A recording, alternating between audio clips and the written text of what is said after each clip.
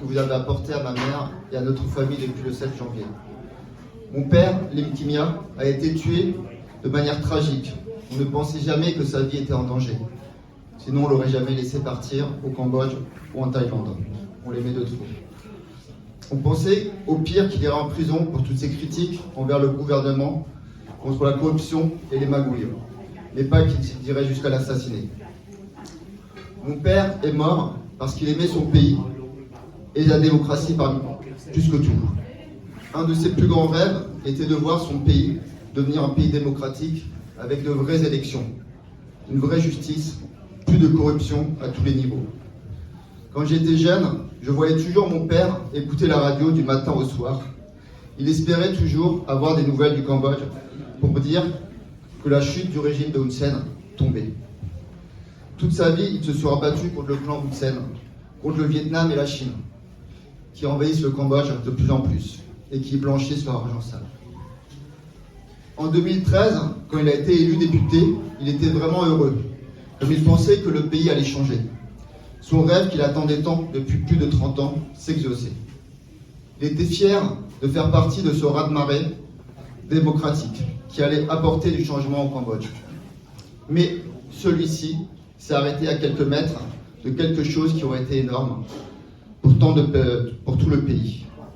Un peu comme un soufflet retombant dans ce bout. J'espère qu'un jour, vous aurez une seconde chance comme celle-ci, comme celle de 2013, et que cette fois, vous oserez aller jusqu'au bout. Mais pour ça, vous devez être prêts et unis, comme ce que vous avez fait en 2013 en rassemblant les partis démocratiques. De telles occasions sont extrêmement rares et il ne faut pas les rater. J'allais souvent voir mon père au Cambodge durant son mandat. En semaine, il me laissait son scooter pour que j'aille à l'université donner des cours. J'adorais rouler dans les rues de Phnom Penh, sentir cette atmosphère unique, ces odeurs que seul Phnom Penh a. Mais aussi prendre le bateau pour traverser le Mekong et aller de l'autre côté de la rive pour visiter la campagne. C'est une si belle campagne.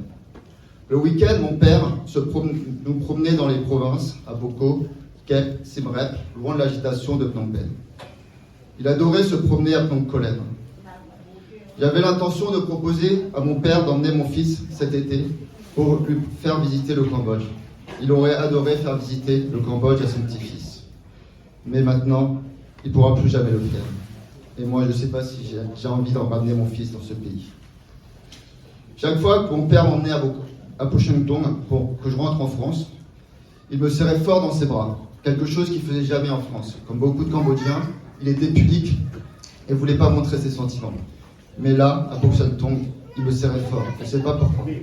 Est-ce qu'il avait peur de ne plus jamais me revoir? Peut-être. Ma grand-mère lui disait souvent, quand elle était encore en vie, d'arrêter la politique et de ne pas retourner au Cambodge. C'était trop dangereux. Elle, contrairement à lui, avait vécu l'enfer des Khmers rouges avec mes oncles et savait de quoi étaient capables certains barbares cambodgiens, tels que Hun Sen, lui-même ancien Khmer rouge. Eux, prêts à emprisonner, torturer, tuer des innocents, exactement comme il y a 50 ans.